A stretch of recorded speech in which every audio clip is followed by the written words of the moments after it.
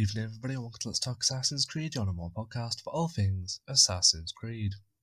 Good evening, everybody, and welcome to episode 128 of Let's Talk Assassin's Creed. In this episode, we are going to be concluding our thoughts and having a good discussion about the new Dawn of Ragnarok expansion. Back in episode, how many weeks ago was it, Declan? Back in episode 124, Declan gave his first impressions. He had early access, lucky boy. So he gave us his sort of first impressions of the first few hours of gameplay and story. But this time we're back. Declan has completed the game, the expansion, and we're going to be giving our closing thoughts. But we're not alone this week.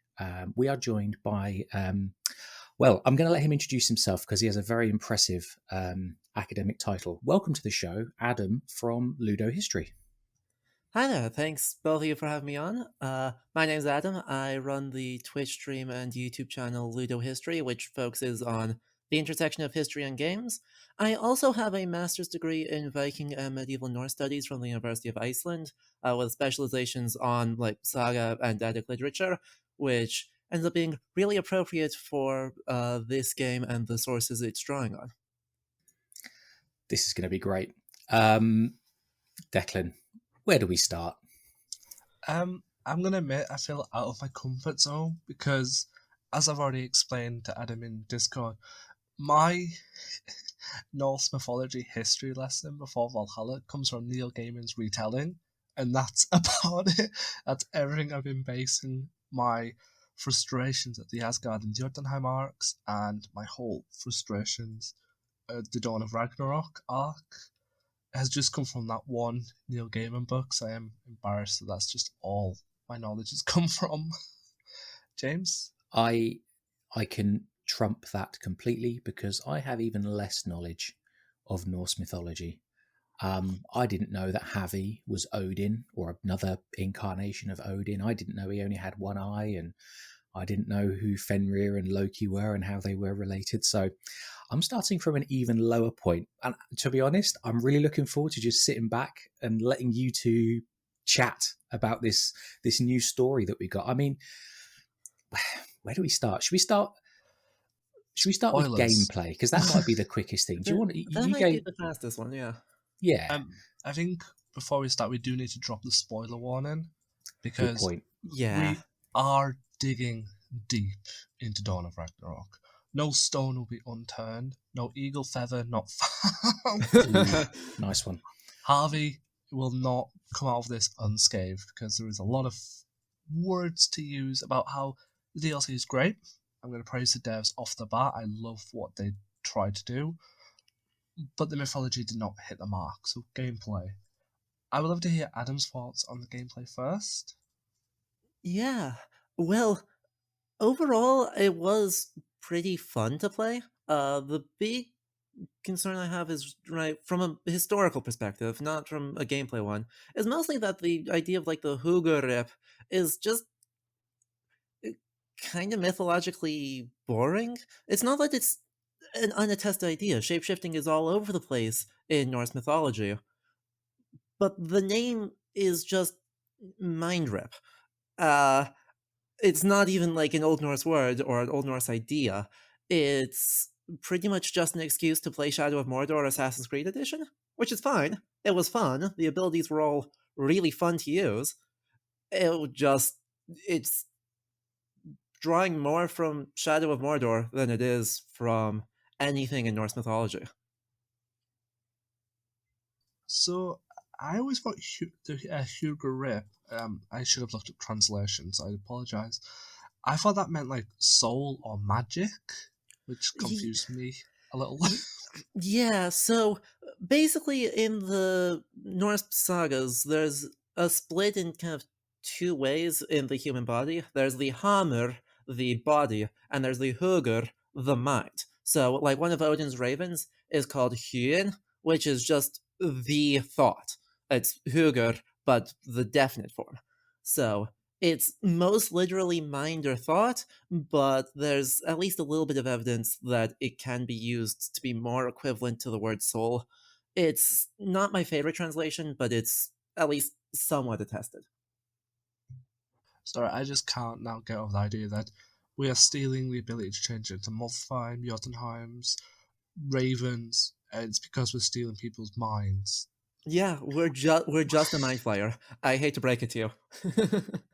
Finally, somebody drops a Stranger Things and D&D reference. We're just mind flayers. But wouldn't the Hugo Rip be more adapt then, if the literal translation is mind rip, to be more of a Apple of Eden effect where it controls someone's mind instead of stealing abilities? Oh, that would be so cool. Hold on, that would actually be so cool. Especially since, That would make an awful lot the more sense. yeah.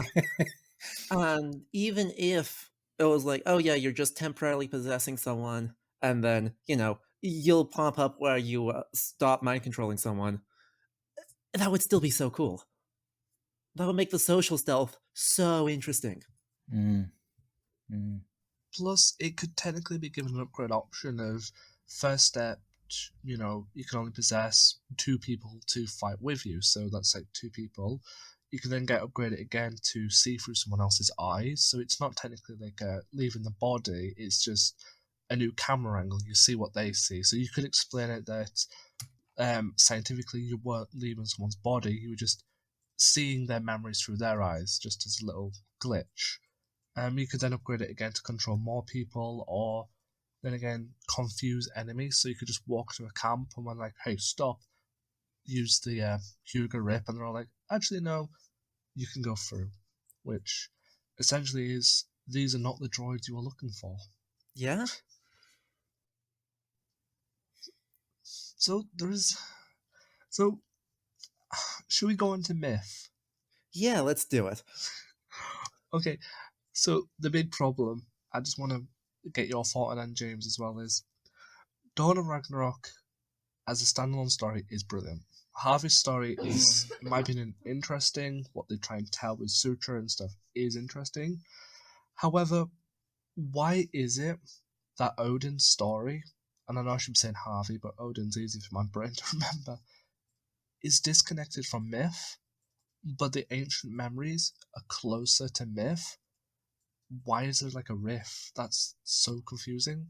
Yeah, that is my biggest complaint with the DLC too, is even though the story is at times really well told, I think sometimes it falls flat because it feels like there was missing content, but sometimes it's told really well, but it's something completely unattested in any mythological source, which makes the whole mythological filter they're putting over what is Isu plot just not make any sense, right? Svardalfheimr appears all of 3 times in the entirety of Norse mythology, all of the times in the 13th century Prose Edda, and so it's like it's not a setting that we have any surviving stories set in or really about.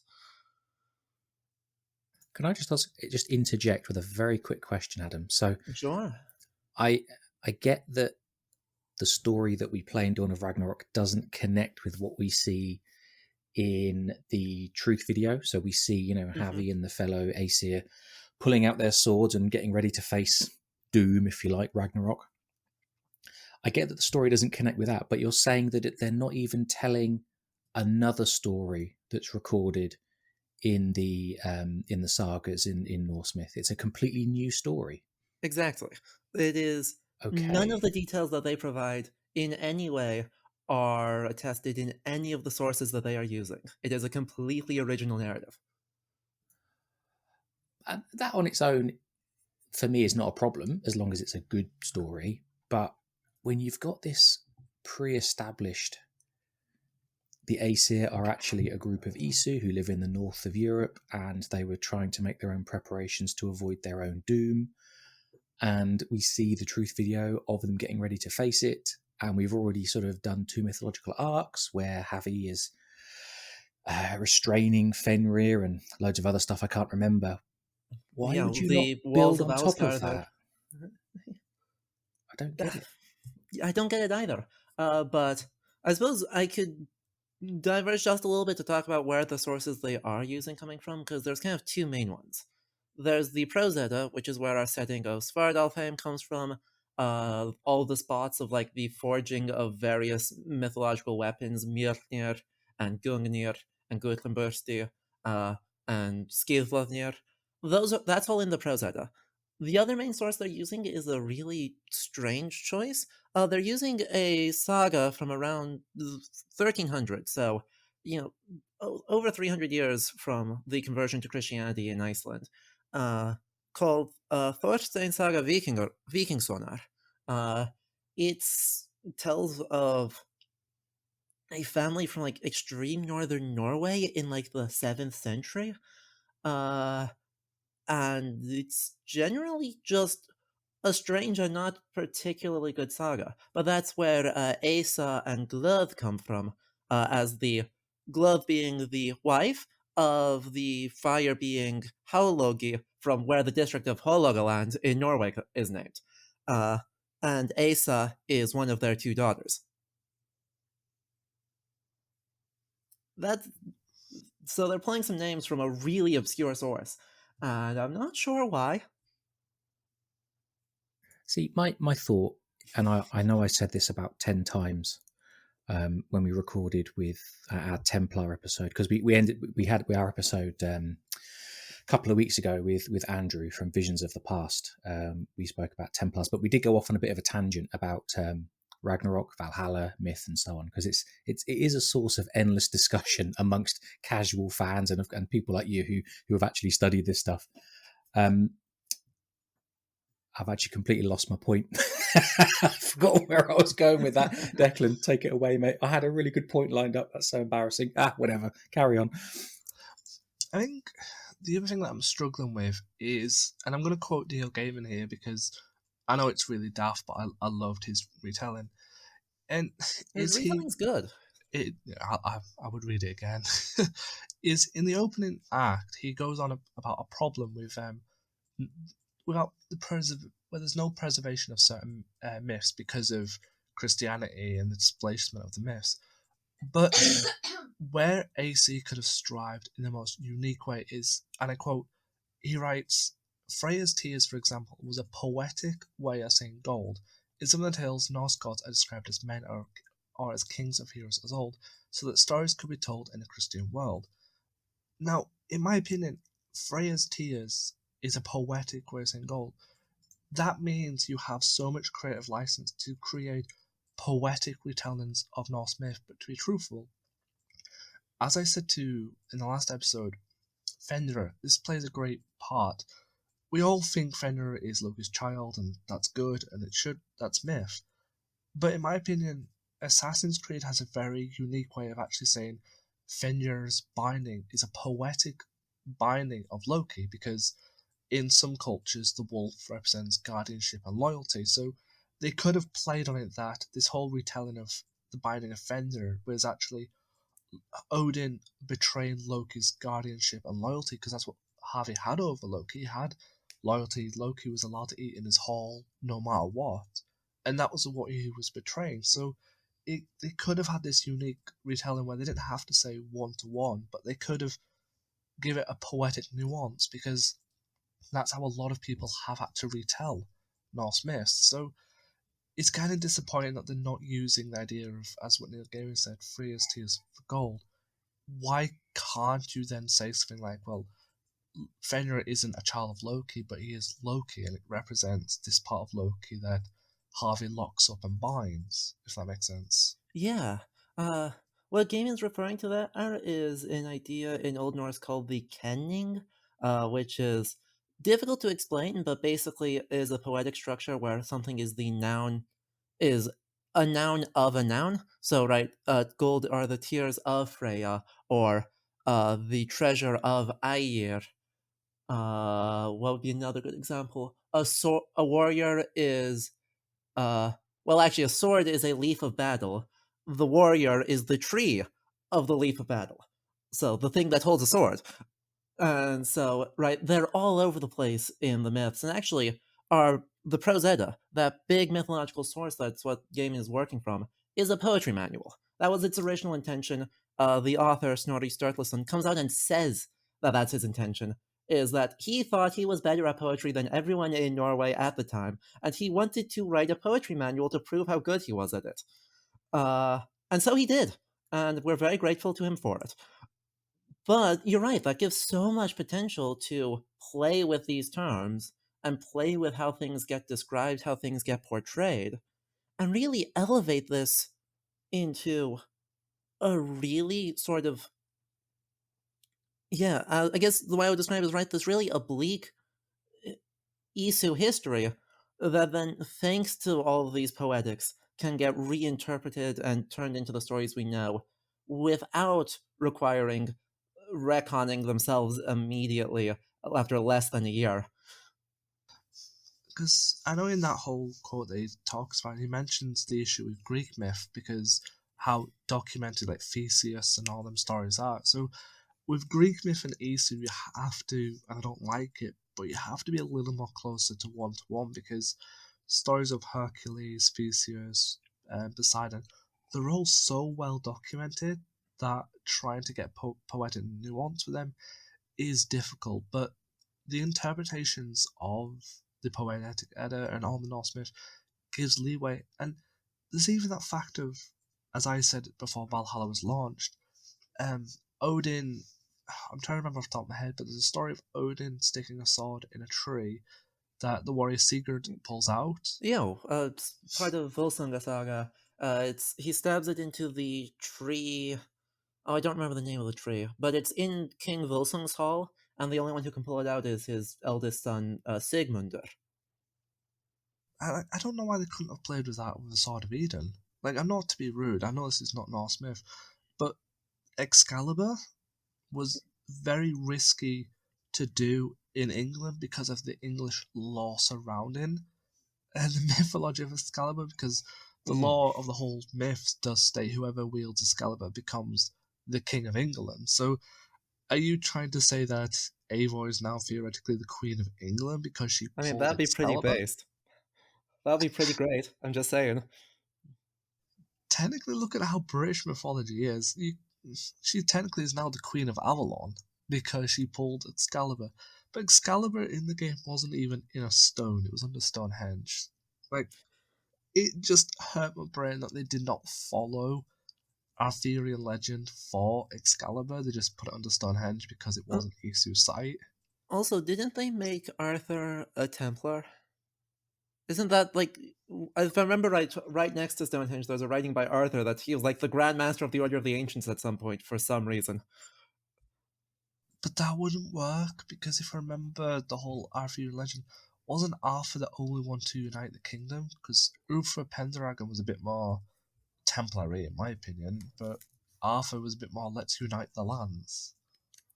Yeah, at least by like the 13th, 14th century. By the time we get right the French lays and Thomas Mallory, definitely a little bit less so in the Welsh sources, but uh, I'm not an expert in the Welsh sources. I've only looked at them a little bit. They're a mess. There's so many contradictory bits to like the like 9th, 10th century material for Arthur that I think there would be a lot of room to play with it if they knew what if they had actually looked into that stuff instead of just plonking Excalibur underneath Stonehenge. Well, I think, James, we've done it. We've confirmed canonically, due to Arthurian legend, Eivor, she is now the Queen of England. We're staying She on the did pull show. the sword out of the stone, didn't she? Sure Um, did. I would just say one thing on the Arthurian legend. It was a shame that we didn't have either Tintagel or Why uh, was Cornwall not in this game? Glastonbury as the place where you would find Excalibur, because those places are historically kind of linked to the Arthurian legends. But why was I got two possible theories for that. They wanted to keep the map size a little bit under control, or they took the decision that Alfred is in charge of Wessex, Cornwall is independent. We'll pretend that kingdom doesn't exist. I mean, But there's already a lot to do in Valhalla, isn't there? But yeah, the problem with that second one is that it's just not true. Because Alfred is in control of Cornwall by about 875. oh, And so really? the Okay. town of Exeter is a super important fortress that actually, uh, in 877, just before the Battle of Edington, there's a fleet of about 100 Norse longships that wrecks right off the coast of Exeter, and all the survivors get mauled by the defenders of the town. So yeah, Ah, it's super duper important for the history of that that period right and that region. What And year it's does not in the game. Eivor land in England? Because maybe it happens after. Oh, okay. So January Yeah, Edenton's 873, just yeah. Eivor arrives in England with Sigurd and the rest of the clan. So okay, you're right. By the it's a couple of years later, but during Eivor's time, Wessex would Exactly. have taken control of Cornwall. Okay. Right. The base game ends with the driving of Alfred into the swamps outside uh in late 877. So Mm, right, mm. that is the Hamptonshire arc. And right, like a month later, a massive fleet coming down the coast from Wales gets lost in a fog and wrecks right next to Exeter. Okay. So I've bit my tongue. We've worked way slowly into it. I really want to discuss Ragnarok and my whole issues with the Hurricane cutscene. Oh, let's do it. Oh gosh. There are so many, and don't worry, I've got my own bugbears with the narrative of the game that I want to talk about. But let's start with Hurricane.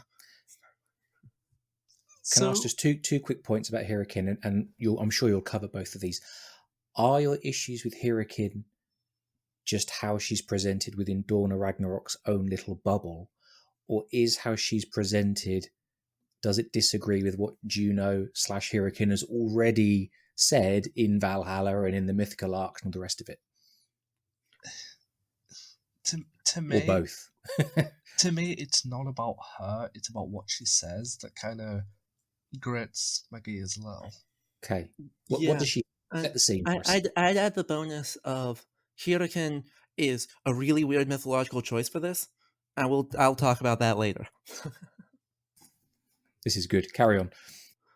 So I'm gonna set the scene. Dramatic fog fact. Dawn of Ragnarok. Odin is looking for his son. He's been captured by Suter. So many issues here. He fights Suter. So many issues there. He kills Suter. How? He's the unkillable giant. So many problems there. You then get this one cutscene that you can technically miss and skip if you roll credits. Think, that's it, I'm done, I'm turning Valhalla off. So you can miss this. You then see Hurricane. She's an alright character. And she then drops the bombshell that Loki has broke free. Loki is consoling with his children to get an army, and Harvey, you have caused Ragnarok. Okay, let Declan unpick this quickly before he passes it to Adam. Problem 1. Why wasn't this the whole story of Dawn of Ragnarok? Because Dawn of Ragnarok is the start of Ragnarok. Ragnarok is not the total catastrophe, it's actually the battleground of the gods, if I'm correct. So, a story about Loki bringing his children to war against Harvey makes perfect sense for Dawn of the Ragnarok. Sutra, the unkillable giant, he is known in the myth at the very end to raise his sword to the heavens and cleanse the nine realms in fire, through which two humans will walk from the roots of Yggdrasil, and the children of the AC will survive, along with Balder, who will come back from the dead. Issue.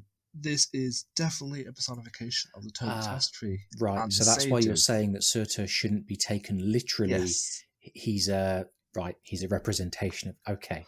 Now, this is where things are going to get angry for the Isu part. Apparently, Suture, the big tower that he was locked in and you killed him, was apparently trying to use that as a super weapon to destroy the world before the total catastrophe, apparently.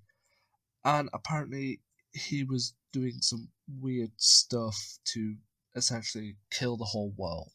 And Harvey apparently has brought Ragnarok on himself, which, again, last point for our past Adam, the main mission of the Asgard arc should have been Harvey hanging from the branches of Yggdrasil when he looks for 9 days, when he looks for the ruins, because that would have been him in the Yggdrasil looking at the simulations for 9 days, sees a simulation of him being killed by his own people, well, the gods of Muspel and Jotunheim.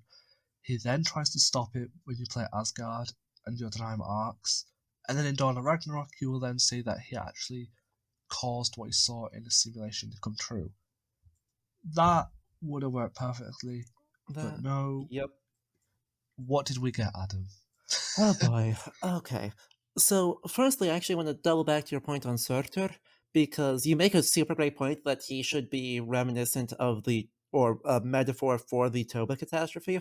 Because, well, I am endlessly angry at Assassin's Creed lore for making the Toba volcanic eruption, that is a historically attested thing that we have the ash layer from, into a solar flare. Surtur is a volcanic entity. Is pretty well accepted in scholarship, and there's actually another poem that mentions Surtur that makes it very explicit that he is a lava entity, effectively, right? That he is the personification of a massive volcanic eruption. So, yeah, would have been really cool to use him metaphorically for the Toba crisis. But no, he's just a guy, I guess. But then, we also get Hirakin. Hirakin is mentioned in exactly one story, and that is Baldur's funeral. So, her bumming around Dawn of Ragnarok in some way makes sense there, because it's all about Baldur. But she's the Jotun who pushes Baldur's funeral boat into the water. That's all she does. That's her only myth she exists in. So, the entire, Jotunheim arc, where we're, working with Huracan to be Juno to find some way to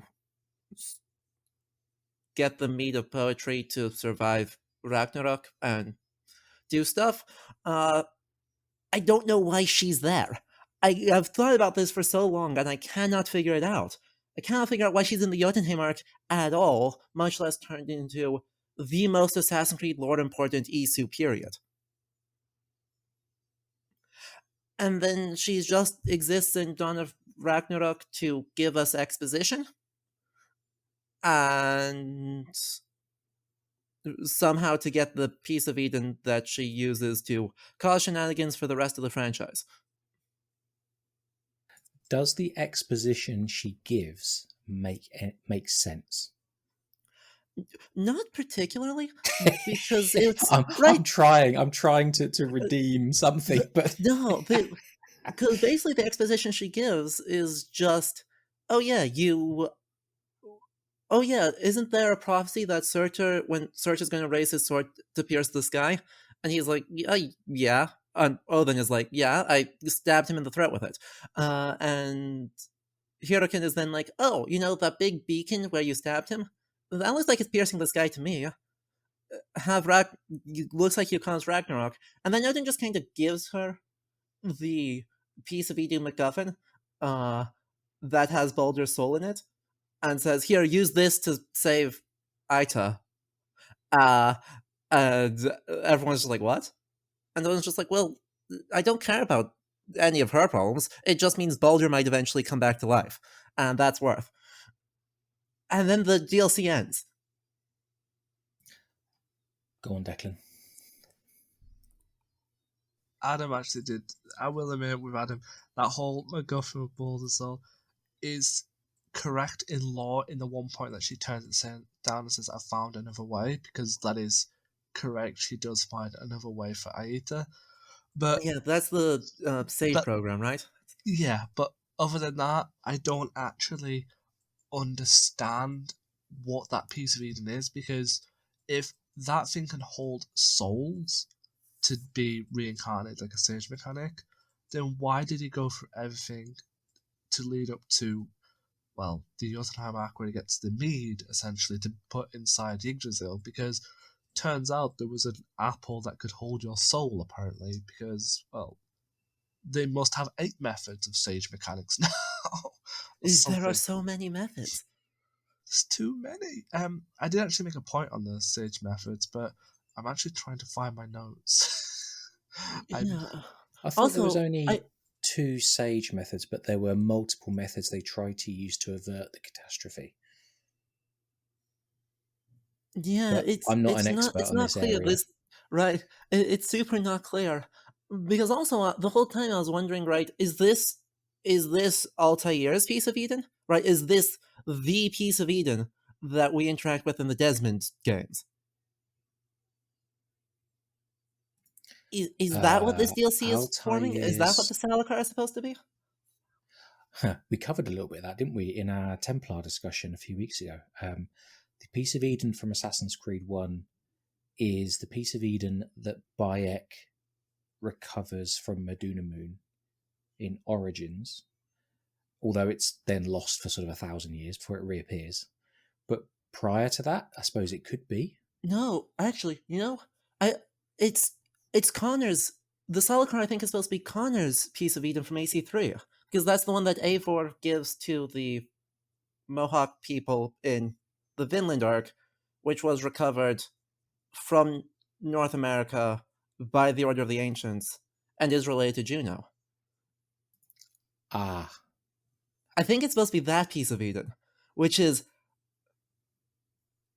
I haven't played AC3 in a long time, but I don't think it makes sense.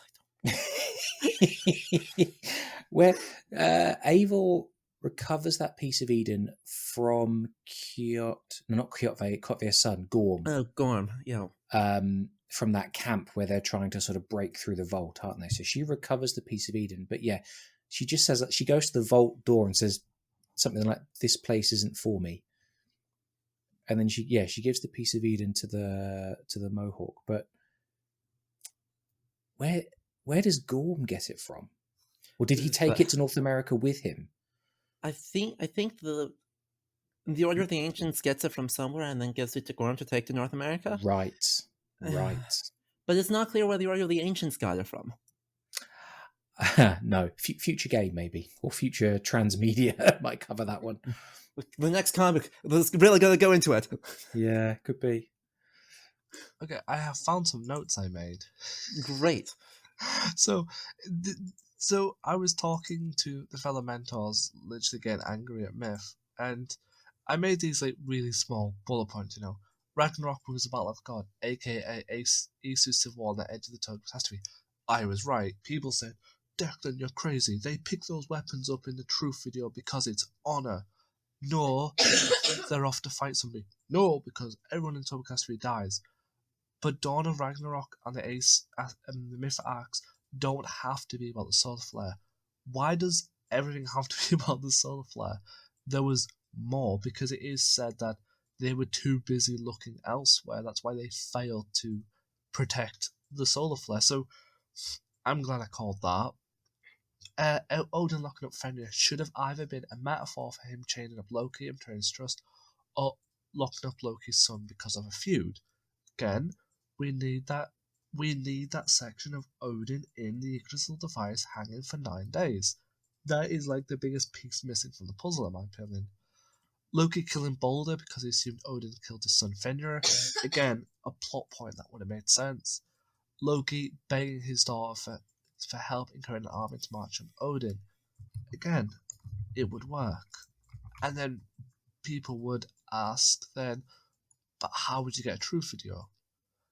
Well, this DLC should have been from Loki's perspective, because Loki, aka Basim, is in the Animus. It shouldn't have been just an Eivor memory. It should have been Basim injecting his own memories, like he did with the anomalies in the base game. And then the DLC would have made sense. But that would involve having like progression in the DLCs of actually moving the story forward. Ooh. And they've shown a complete unwillingness to do that. Yeah. And yeah. This is the thing I'm angry at. You shouldn't move modern day that connects to the next game. That should not be allowed, like Fate of Atlantis. But in my opinion, this DLC is set between before the Battle of Fenrir and the cutscene of Ragnarok in the Jotunheim arc, and just after you finish the last mission, the Asgard arc, I believe. So technically, any modern day of Loki interjecting his own memories through anomalies, and actually, when you, Rebecca, look back at what I've been doing in the Animus, you'll see that Harvey was wrong. He did it this way, he did it that way. It wouldn't technically move the modern day story along to a point where the next game would make sense, because you're just filling in a gap between the Asgard and Jotunheim arc. So theoretically, what story are you pushing forward and missing? By the way, doesn't this DLC take place after the Jotunheim arc? Because Hirakan mentions that Suttungur is out for revenge, which can only be from Odin stealing the meat of poetry. I'm trying to remember, but uh, I think it's because once you finish the very last mission in the Jotunheim arc is where you go back to Asgard and you fight Fenrir as he's broken free. I believe that's the very last mission before you get the cutscene, which I don't think you actually. I think you can beat Fenrir, the Fenrir boss. I don't think you die at it. I can't remember now, like because you can't replay memories in Valhalla. Yep. It's convoluted that we don't know. But the press release did say it's between Asgard and Jotunheim. Wow. So they just contradict themselves in their press release. I love it. what, uh, what did the press release say? How did they contradict it? If you want to ask some questions to Adam James, I will go hunting for this press release. You've got the floor. The problem I've got is I'm working from having no knowledge at all. I've said before I don't know about Norse myth. I'm repeating myself from recent episodes we've had and conversations we've had with many friends in the community, but I'm just really tired of trying to interpret and understand all these stories through multiple layers of mythological veils. I just want to stab some Templars. yeah. Yeah. I'm really sorry to be a negative person in this conversation, but yeah, I haven't I am paid with for you, the. honestly. Did you pay for the expansion? I guess you did, Adam. I did. Yeah, I actually got it. And then played through it over like 3 different streams, Oh, and of course, you streamed it. Yes, yes. got more and more mad about it with each time, because the farther we got, there's just the number of things keep compiling. Yeah, yeah. So right, I guess probably the clearest example of this is right trying to break down like who are the different groups of Isu fighting, and I think that has some really like nasty implications because correct me if I'm wrong here, but I believe Darby has said that the moose bells are supposed to be North African Isu, right? Correct. They're like a third. So we've got the Greco-Roman Isu that we see Mm-hmm. from Jupiter, Juno, Poseidon, all of those Yep. people. We've got Who are the the Yatnar? Northern European Isu, and now we have the Mm-hmm. North African Isu, who Yeah. are the Muspels. Yeah. Yeah. So I'm gonna get real mad here because there's something quiet that they do, but that's really frustrating, and that is the character of Glove, one of the kind of mid-game bosses in the DLC, uh, who, as I mentioned earlier, they kind of changed Glove's portrayal from the legendary material in 2 important ways. One, they like gender flipped Glove from being Halogi's wife to being Surtur's son. So, right, we've conflated 2 figures, Halogi, big fire, and Surtur, also a fire giant, fine. And then instead of saying, uh, you know, that Glove is one of Surtur's wives, is now saying is his son with a Yata. Right. And Glove gets ostracized super hard for being half Muspel and half Jotun. So, Hang on a minute. uh, Are we heading into like? I mean, it's kind of already been hinted. I think in some of the other lore analysis that I've read and watched that the Isu appear to have a kind of a caste system. I think it's more accurately to say it, the Isu are just super racist. Right, right, The and that's Isu are again where this is heading, isn't it? gargantuanly racist. Yeah. So yeah, when we fight Glove, I suspect that there is some cut content in the boss fight because he just turns into a giant fire link, so then you murder him. Oops. But I really, really, really, really, really don't like that the ability of Glove as a moose bell to shapeshift is because he is half Greek. It's so hard. I'm going to say it very bluntly, and I don't mean this. Obviously, I'm just trying to interpret what you're telling me about the game story. But Mhm. are we saying that the game is presenting mixed race Isu as monsters? Yes. Simple as that. Bluntly, It's not a literally, great yes. message, is it? It's not a great That message. doesn't make me feel real good about that. No, No. no. And in a game that already has some issues on the whole diversity front and making not all the background characters be white as hell, there's it's kind of doubly uncomfortable because one of the big things scholarship has tried to do recently is just trying to emphasize how diverse the belief systems were and how many different influences from Sami, Finnish, Pictish, Irish, Frankish, and in some cases North African traditions were circulating in early medieval Northern Europe. And the game went, nope, none of that. Let's just be like gargantuanly racist by having our one shapeshifting boss be also the one mixed race character. Right. Yeah, See, But sorry, Declan, go on, mate. I was just going to make a point that Ubisoft kind of like skipped over, but you actually found it in the Jotunheim arc. You remember that letter I told you to look out for? Yes, Now, but we for know. listeners who didn't watch our live stream, tell us more. So, you know in that letter it tells you about how they saw AC bringing 3 children through, one that looked half dead, that one that wouldn't stop growing, and the wolf one. So, you got to think they've already skirted over Loki's children, and now in the myth, um, in the myth, Loki's children are to a Jotun, not an Aesir, because he has an Aesir wife, but he also has a Jotun mistress. Correct if I'm wrong, Adam. no, that's So right.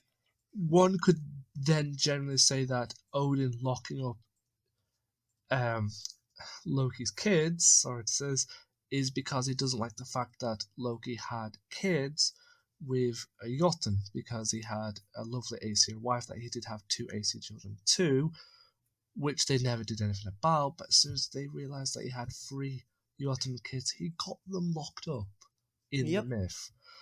And now, if Ubisoft is politely telling us that Loki is an Isu, Odin is an Isu, and the Jotunheim is just Eivor's world filter over an Isu storyline, then one could agree that Odin technically locked up 3 children because they were mixed race. Yeah, I agree with that. Right, and it's okay to say that the Isu are just gargantuanly racist, as long as the game actually critiques that in a meaningful way. Apart from the Isu are all vaguely horrible people. Hmm. And I don't think it does. Fair But yeah, enough. no, I I'm not agree that defending. I'm not Hell defending. Jörmungandr and Fenrir being also mixed race, I think is a good read. Hmm. Let's just be thankful they skipped one very bad part that if they tried to write it in the Isu myth that it won't work. Loki's imprisonment. Trying to write that into Isu lore is very touchy and impossible to do without being upsetting communities, if that makes sense. Yeah, definitely. James doesn't know the myth, but if he's interested, I could tell him quickly the myth of Loki's imprisonment. Please do, mate. Yeah, I can run through it quick too. So Adam can correct me if I'm wrong, because I'm just going off the retelling, so I'm probably going to miss a lot of details. But it is essentially after Balder's backlash, him killing Balder, Thor and some of Aesir go to hunt down Loki. Again, why this isn't part of Dawn of Ragnarok DLC, nobody knows. But they chain into a rock.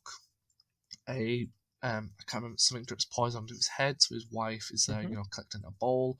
Every time it overfills, she's got to empty, and that's what causes earthquakes, according to some of the beliefs. But in that one point, they actually force one of Loki's Aesir children to turn into a monstrous beast to kill his other Aesir son to prove that, just to shame him because killing a brother is wrong. Now again, think that Thor Odin and other Aesir have been known to be Isu, you're then trying to, if they put that into the game, they're then trying to say that Isu willingly forced a brother to kill another brother just to be shamed. That's dark. Yeah, there was a way out of that too, because that version of the story is Why the am I one. not surprised to hear you say that? The version is in the Prose Edda. There's like a prose epilogue to the 12th century poem Lokasena, which is Loki insulting literally everyone and then admitting to killing Balder and then running away and getting captured. But there's been scholarship arguing that Snorri doesn't actually know who Loki's two sons are. Their names are Narvi and Vauli. The thing is, Vauli is also the name of one of Odin's sons, the one that kills Höður, Balder's brother and his killer in the Prose Edda.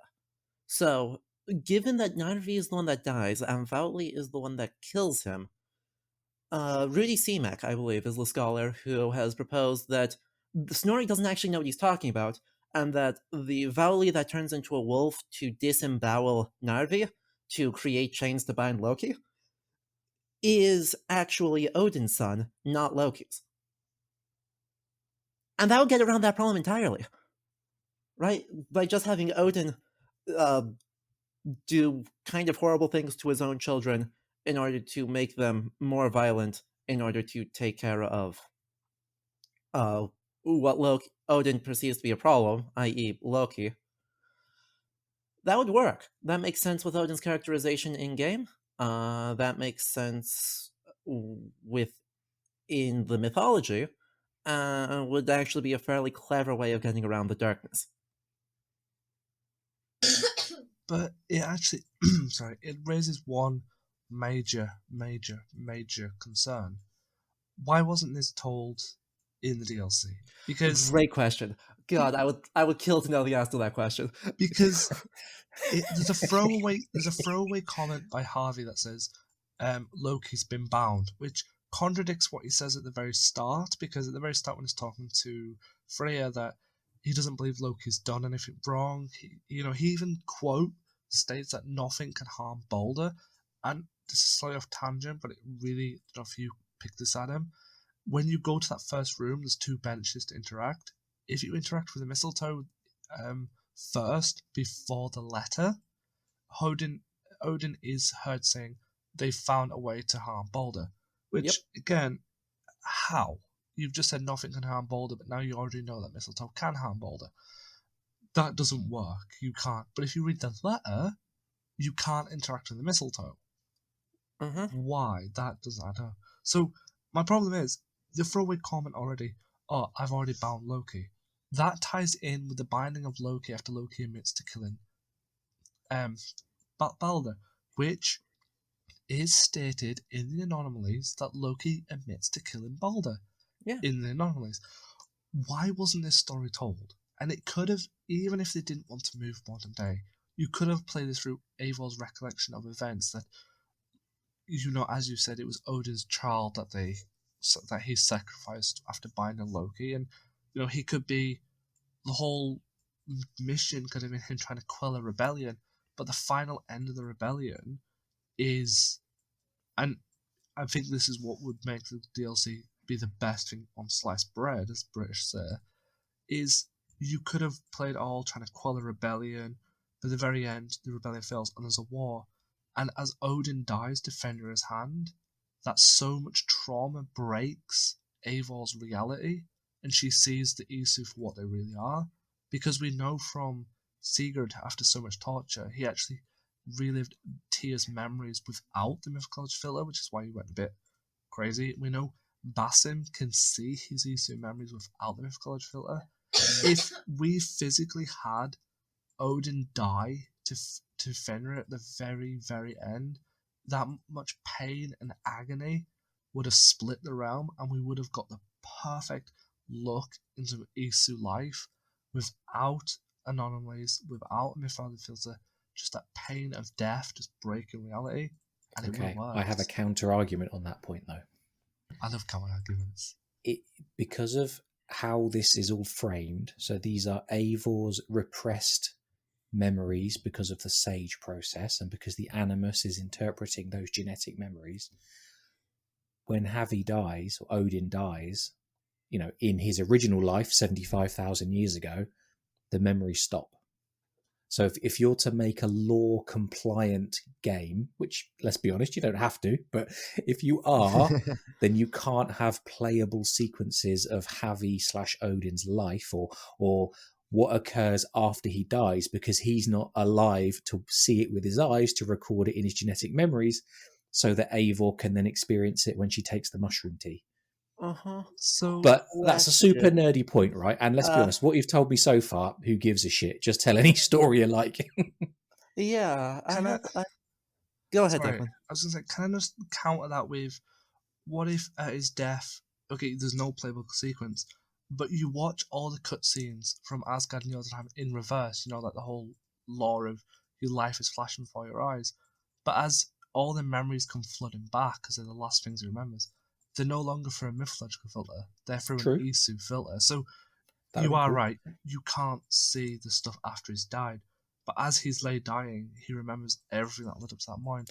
Or do you And know what then, you could have done, mate? Sorry, I've yes. had a better idea.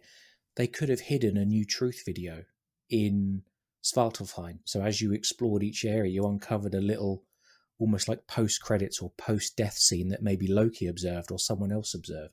But Basim has hidden it, hacked the animus again and hidden it in the memories. You could just repeat what they did in the main game with the animus anomalies. So there would have been So, a way to tell it that was law compliant as well as story, interesting. yeah, here's a question, right? I am not super familiar with the Sage program, but certainly for uh, historical humans, right, when one genetic memory ends, the sun picks up. Indeed. So, right, that's a lore sketchy, if I remember the Sage You are program you are correctly, right. There's but there's could get away absolutely with it by making the final boss be unfiltered Vidar killing Fenrir, which is who, what happens in Ragnarok. who is Odin's son. Vivar? Oh, Vidar is Odin's second youngest son, Okay. after Thor, after Balder, who Snorri compares to Aeneas, of all characters, but is in a lot of the poetic material the god who survives Ragnarok, avenges Odin's death by tearing Fenrir in half, uh, and then takes the throne of the one hall that survives and becomes the leader of the gods after the end of the world. So again, that's oh my god.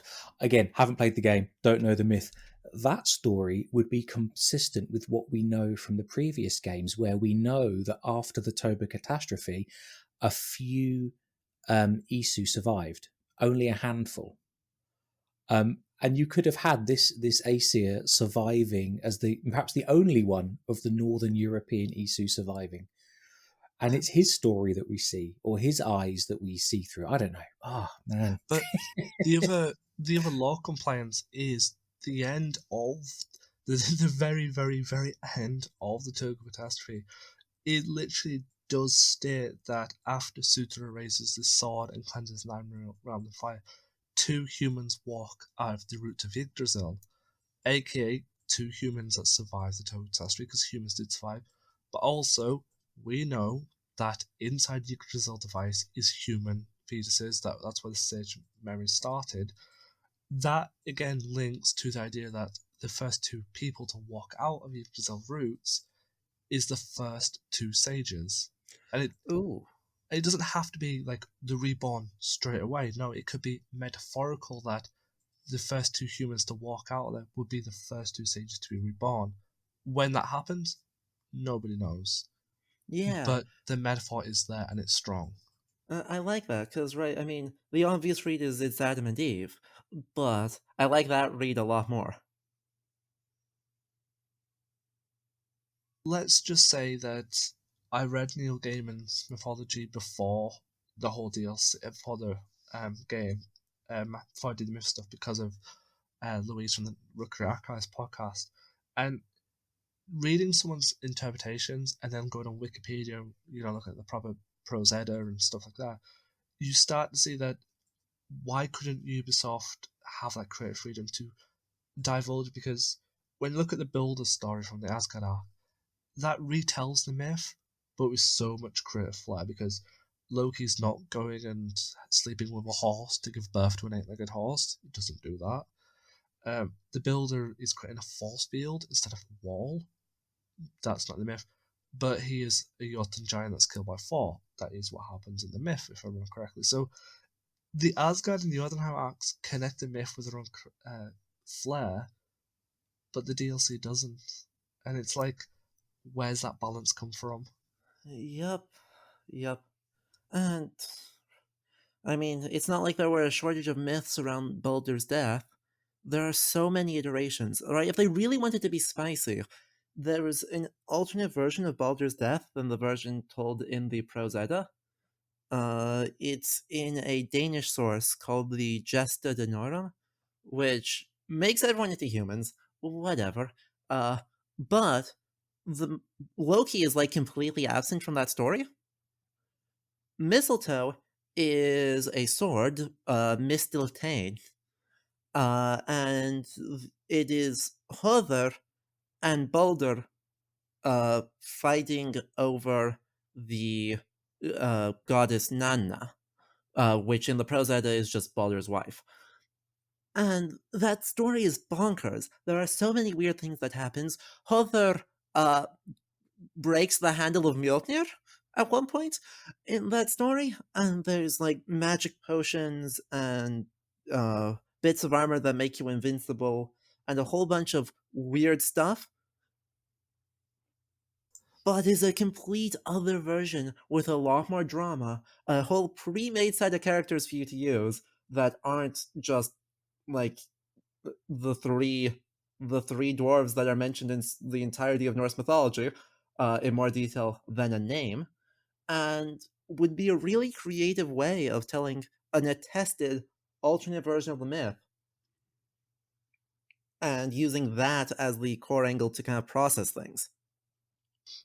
See, and it's going to sound really stupid, but one of my favourite myths in the whole Asgard and stuff from Neil Gaiman did, that's not explored in the game because it doesn't need to be, but there is a point why I'm bringing this up, is where to get back Mandur from one of the trolls, they had to have, is it Freya's hand in marriage?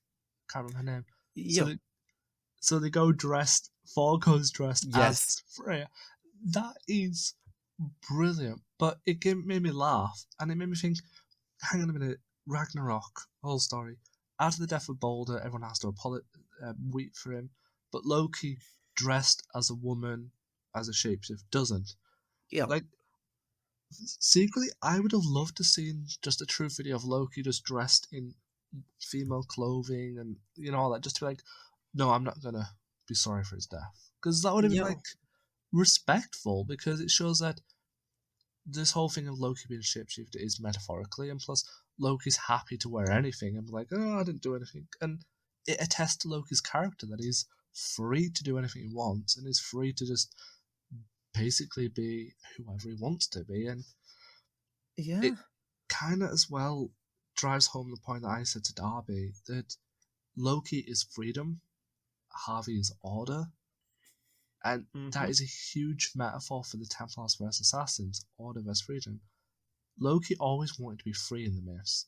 Everyone treated Loki badly, and he did everything. He bent over backwards for everybody, but Loki just wanted to be... in Neil Gaiman's version of the myths. No, in Neil Gaiman picked the good side of this, but from someone I read, that Loki was a bit of, like, shaving off Thor's wife's hair was... Why? Just Loki... Because he felt like it. Yeah, bullying Andvari was mostly because he felt like it. He didn't have to go that hard, but he did. The whole bets with the dwarfs as well over like what they can make, and he'll give him his head in return. Loki is the ultimate trickster, but it's a fact of, even though some of his actions were bad and probably not good, he was still free to do them. if you know what I Yeah. mean. Like his shape shifting was fluid. That to me is a free form, where Harvey's more like my life, my way. The AC will rule how I want. So really, telling a Ragnarok story on Loki is telling a metaphorical story of assassins versus Templars, order versus freedom. It's Yeah. not, but could be interpreted metaphorically. No, I mean, it's a totally valid reading. I have lots of feelings about Loki as a folklorist and about the mythological Loki, most of which are fairly negative. Uh, and I think, like, the corollary to that, it's actually really easy to overstate just how much Odin is order. In the mythology, Odin is also a trickster. He regularly disguises himself, usually very badly, but he disguises himself all the time, mostly to just mess with people. So, right, a really good example of this is in a saga called Hrolf's Saga Kraka, the kind of like Arthurian type story, but for Norse. Uh, and there's one point where King Hrolfr is going to go beat up the King of Sweden, and Odin just appears in the guise of a like random farmer and gives him some advice. On the way back, he meets the same farmer, and he's like, "So you're going to pay me, right?" And Hrolfr's like, "No, you didn't do anything. You just told me some words." At which point, as they're riding away, everyone kind of has a brainwave and realizes that that's Odin, and nothing goes well for them after that point. And that's one of very, very, very many legends in which Odin is also a trickster. So I think there's potentially something interesting there. In certainly the game is very much order chaos, as Odin Loki, but there's also I think room in the mythology to complicate that narrative a lot, uh, and potentially in thematically resonant ways. Because one of the things I've always liked ish about the Templars is that they're kind of bad at their job, right? They're all super obsessed with order, and they're all kind of real bad at organizing. They all kind of just run off and do their own thing, and there's only the vaguest hint of a master plan. Uh, and that kind of inept approach towards order, I think, is one that is potentially really resonant in a more tightly focused story of Odin attempting order through very strange, not totally successful methods, versus Loki being destructively, catastrophically rebellious, and obsessed with personal freedom, would be a really interesting way of kind of critiquing the entire modern day plot. To be honest, I think we've actually seen one of Harvey's master plans go terribly wrong, and that's when he's trying to get the maid because he ends up sleeping with Thing's daughter, and Which get is Athena, by the way. Just yeah. let's be clear, Gunnlother is Athena. I'm mad about it. Hang on, Gunloader is Athena. Is Athena. I thought she was. No, I'm getting confused again. Who is the Aesir sort of equivalent? Not Aesir. Who is the equivalent of Minerva? That's Gunnlod. They're the same. Right, Minerva is Oh, Athena, is Minerva's the Gunnlod. Roman name Yeah. for. Of course. Okay, thank you. Yeah, we're So good. many pantheons to try and keep track of. God. And I never remember which name they use for which point. Oh, this is it. This is it. But yes, Sotungr is Jupiter, Gunnlother is Athena. Gotcha. Something, something, virgin goddess, something. Oh, I don't know that one. Right, Athena, Minerva is famously a virgin goddess. Oh, okay. And so they just retconned the entirety of Greek religion. How so? I'm lost. Right, but by making Gunnlother, right, by making Harvey, Odin, have sleep with Gunnlod, they have blown apart the idea that Minerva is a virgin goddess, like canonically failed. So where did the Greeks get that idea from? Oh, I don't remember him sleeping with her, but perhaps I It's skipped that dialogue option or that cutscene. I just don't remember. it's the cutscene when you go into the vaults before you fight Jupiter. I'm going to call him Jupiter because that's who really I know that's his Izu counterpart. Who is You went to the Sutungur? Is that right? Yes. yeah. Yeah. Before you fight Sutunga, you go into that vault because you talk to his daughter and she leads you in, and there's a cutscene where you like cuddle together and you're in there and he wakes up and he just like wanders off to get it and then just walks out like, done my job. I'm going Okay. home. And I do then not remember that at all. you get the boss fight and it's like All right. he's annoyed. And it Yeah. makes sense because really, Harvey, that is a stupid plan. It was a bad plan. To be Stupid. fair, it's pretty much what he does in the mythology, because he sneaks in, he sleeps with Gunnlother for 3 nights, and each night she gives him another draft of the mead, and by the end of the third night he's drunk it all, and he crawls out of the vault and turns into a hawk? I think it's a hawk, and then flies away. So, the stupid plan is mythologically attested, it's just still stupid. Harvey's an idiot. But again, I'd love to hear James' opinion on this because we may have to wrap up in a second. Is that Asgard and Jotunheim, for what me and Adam discussed, treat myth more respectfully than Dawn of Ragnarok, and That's not a high bar. that it's not. But love to hear James' Bond. But isn't that a bit unfair? Treat 2-3 arcs closer to myth, but one paid content not. I don't. Okay, let's. I'm really struggling with my thoughts and words here. We'll never know, but the balance in my brain would love to know more about the development process before Absolutely. making a judgment, because I haven't played it. Declan, you've been keeping me updated over the last few weeks on your thoughts. Adam, your thoughts are very clear. Yep. It sounds pretty terrible. Whichever way you cut this story, it's pretty terrible.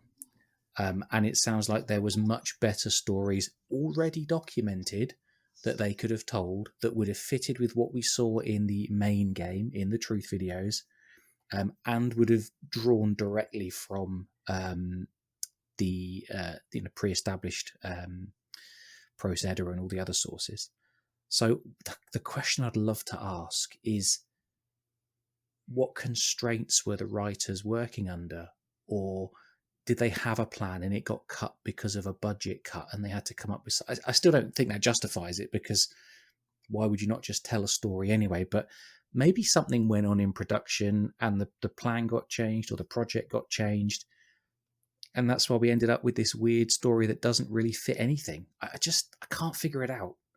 Yeah, the thing is, right, I definitely think there's a lot of cut content, but the big thing, right, I think it was always intended to be this kind of weird story that doesn't fit anything, because there's too many deep cuts. Right, Thorstein Saga Vikingsson is not a well-known text. There's a point very early on, actually, Declan, when you mentioned the mistletoe, right, they mention harvest it with a golden sickle. That's Pliny the Elder talking about the Gauls, not Norse stuff. So that's a deep cut, though a very strange one. And right, Sinmara, a major antagonist in the story, is attested in an obscure poem called Fjövinsmal. So there's a lot of really deep cuts being made in terms of name references. And that suggests to me that that's probably in the first phase of research where they located all of that, which means that the story in its rough form is probably pretty close to what they originally designed. And actually, from what you're saying, they did do their research. They didn't just throw these things together randomly. They obviously did some reading to come up with the sources they wanted to draw from then. Yeah, it's just they combine them in a way that makes no sense to me. Yeah. I do want to come back to a few points that you've made as we've been talking, and I've been taking a few notes. Sure. And to be fair, we might have covered these over the last hour or so, but I just want to check with you. So much earlier on, you said Hyrrokin was a bad myth choice. Yeah. What did you mean on that point? So, yeah, Hyrrokin is attested in exactly one story, and her whole job is that she shoves Baldur's funeral pyre into the water. Past that, we know nothing about her. She is a complete non-entity in Norse mythology. And so making a, major lore character someone so completely non-existent a bit weird. By the way, her name also probably means like smoldering fire or something, so not really the Blue Man Group appropriate. Uh, Ha, gotcha. yep. So on that level, it's just really weird, and I can't figure out why they made Juno that character out of all available characters. My personal choice probably would have been, in the poem Villisbau, there's a someone who's burned 3 times and comes back to life 3 times. Uh, right, like shows up, kind of disrupts the initial order of the world very early in the cosmology.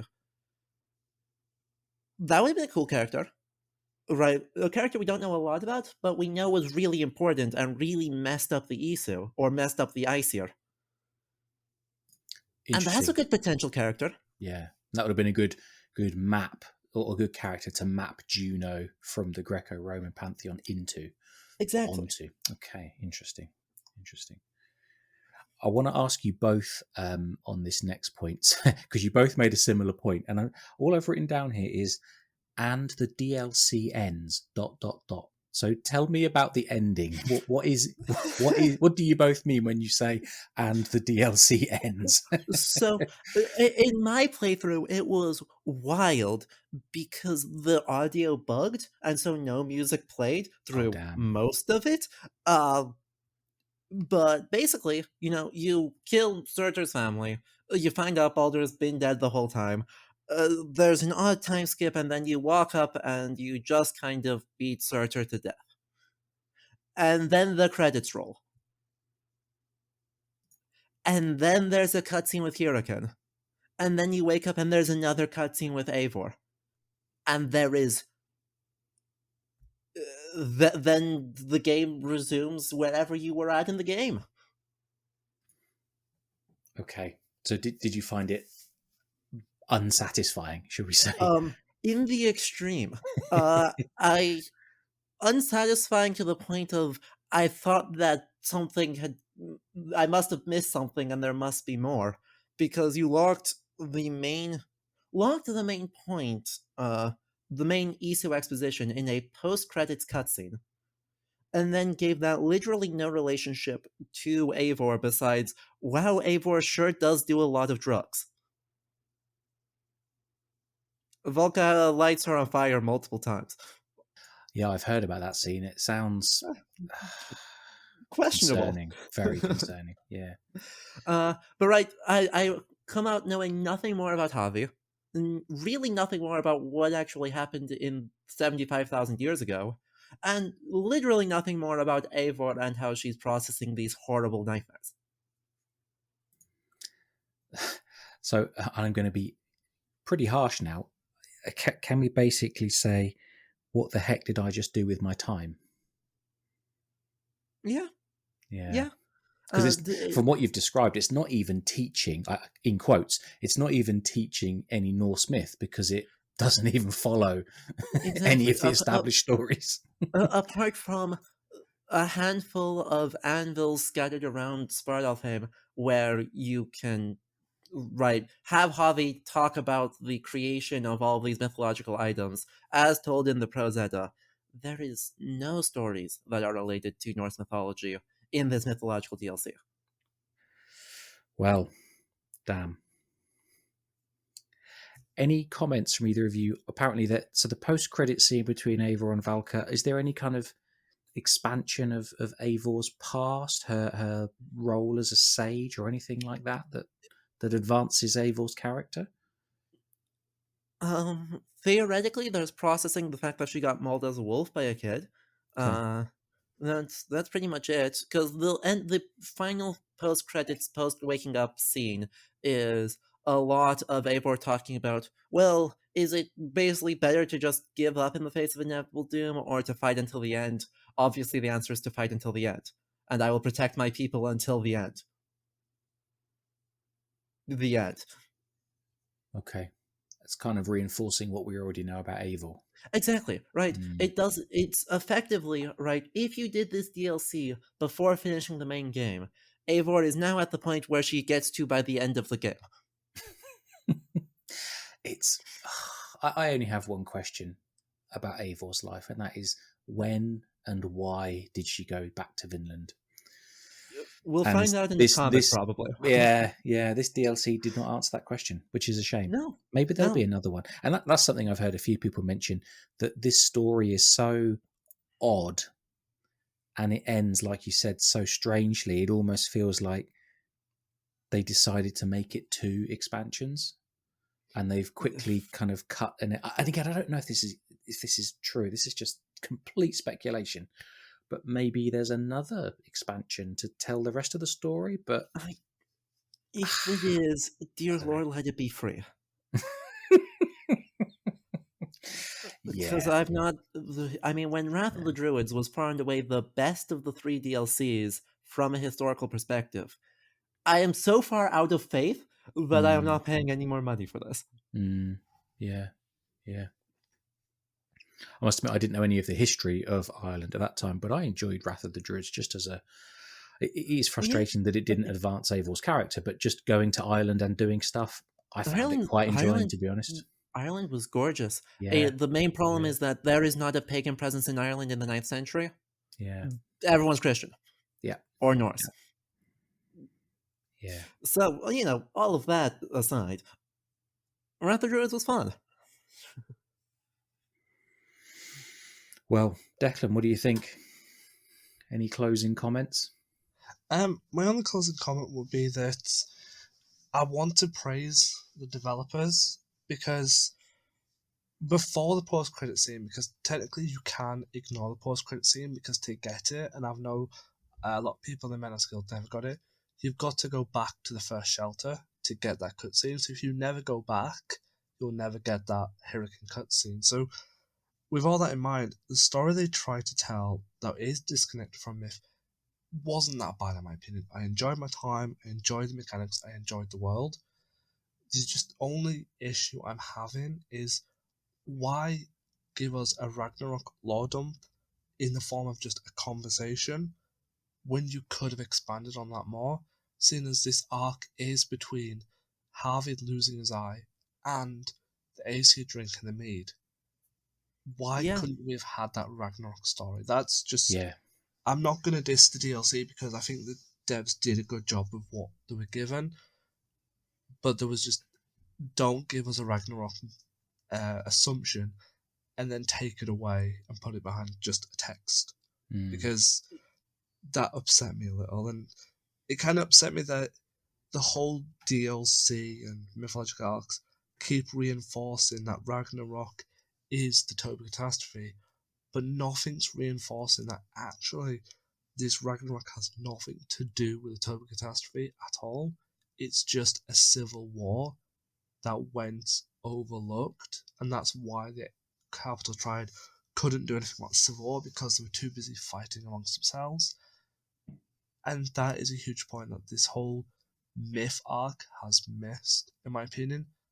That we all think it's the Toby catastrophe, but no, it's just a civil war between the Isu in the middle of a 10-year war with the humans. So, and we know that's the case because they did say that they were too busy fighting with each other. So it shows the fractured nature of the Isu if they're just going to fight over God knows what Loki and Odin are fighting over, seriously, because apparently ancient artifacts from the perspective of the Isu, if the description of the Salakar as being unbelievably ancient that even the Isu don't know what it is.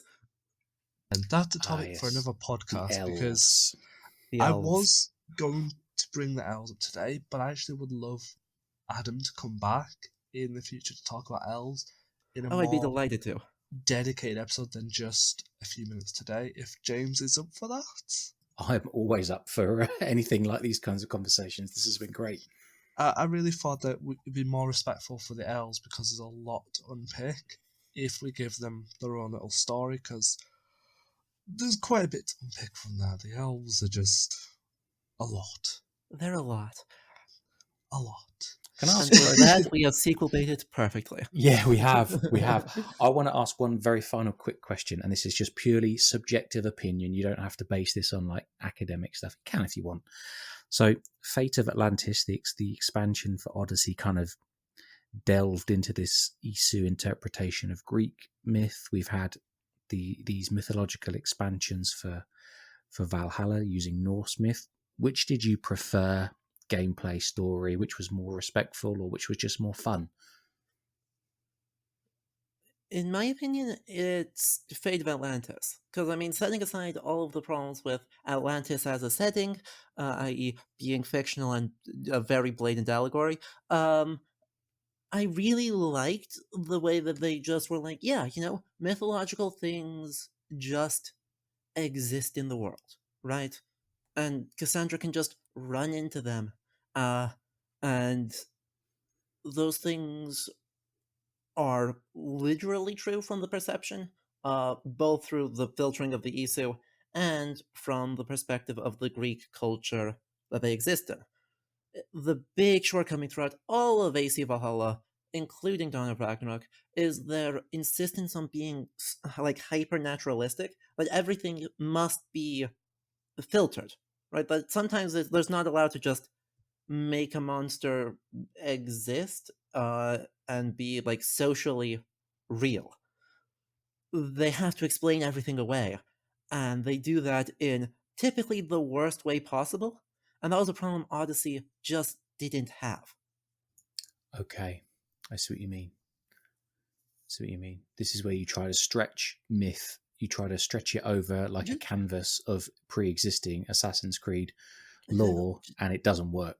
It just doesn't work. Yeah. Sometimes it's okay for insert undead monster here to just exist in the world and you can run into it.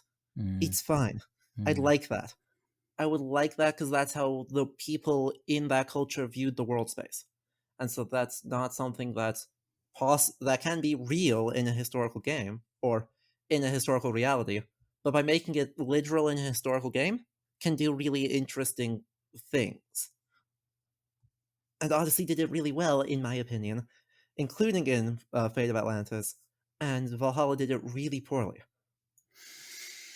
Interesting.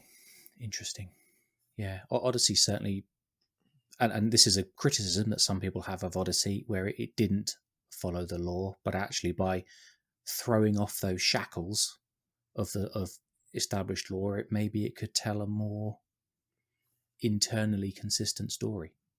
Yeah. Or almost a more, what's the right word? Not believable. A story that you can just engross yourself in. Yeah, more immersive to us. Immersive. And I think, Thank you. Immersive. Yes. I think also more honest to the culture that it's portraying.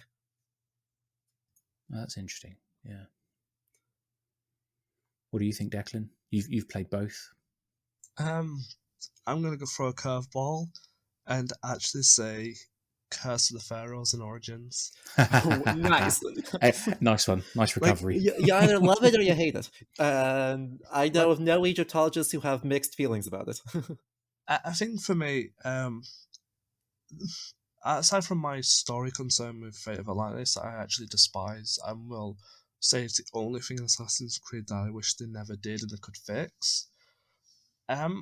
I really did like what they tried to do with like Peace of Edens being guardians and that people interpret as literal monsters because, heck, that's what people would do if they found a Peace of Eden. They're not going to go, look, it's science. They're going to go, crap, we've angered the gods. I love it. But I think for me, I just pick Wrath of the Druids because how they were able to create the afterlives and give them such a unique feel, all based off an Apple of Eden. I can't remember the lore behind it, or if it was just literally an illusion created by the Apple of Eden, is just perfect in my opinion. But I can't remember the lore, so I may be screwing up on that one. If you want to listen to the lore, you can go back to our Teaching Through Gaming episode that we did, a month ago? 6 weeks ago? Can't remember. Exactly. But we talked a lot about Origins with two Egyptologists, didn't we? So it was a good conversation.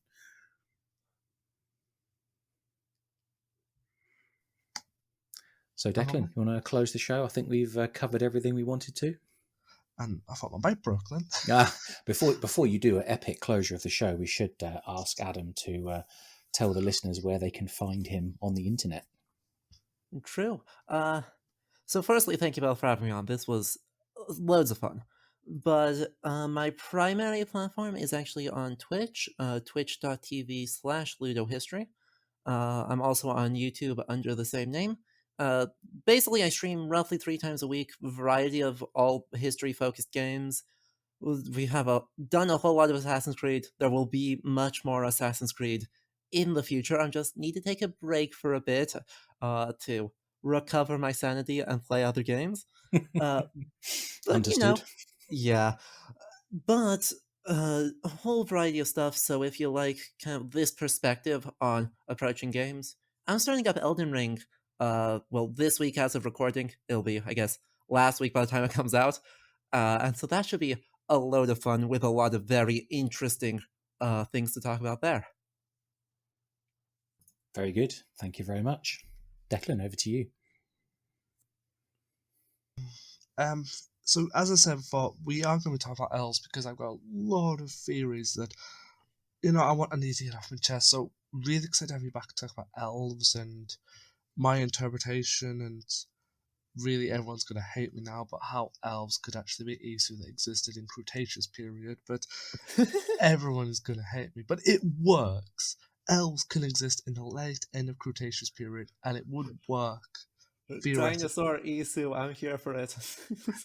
Yay, we got someone that wants to talk about Dinosaur Isu. I'm done. Sold. So, my final thought would be this DLC is worth checking out if you want to play a standalone story that's just mythologically fun.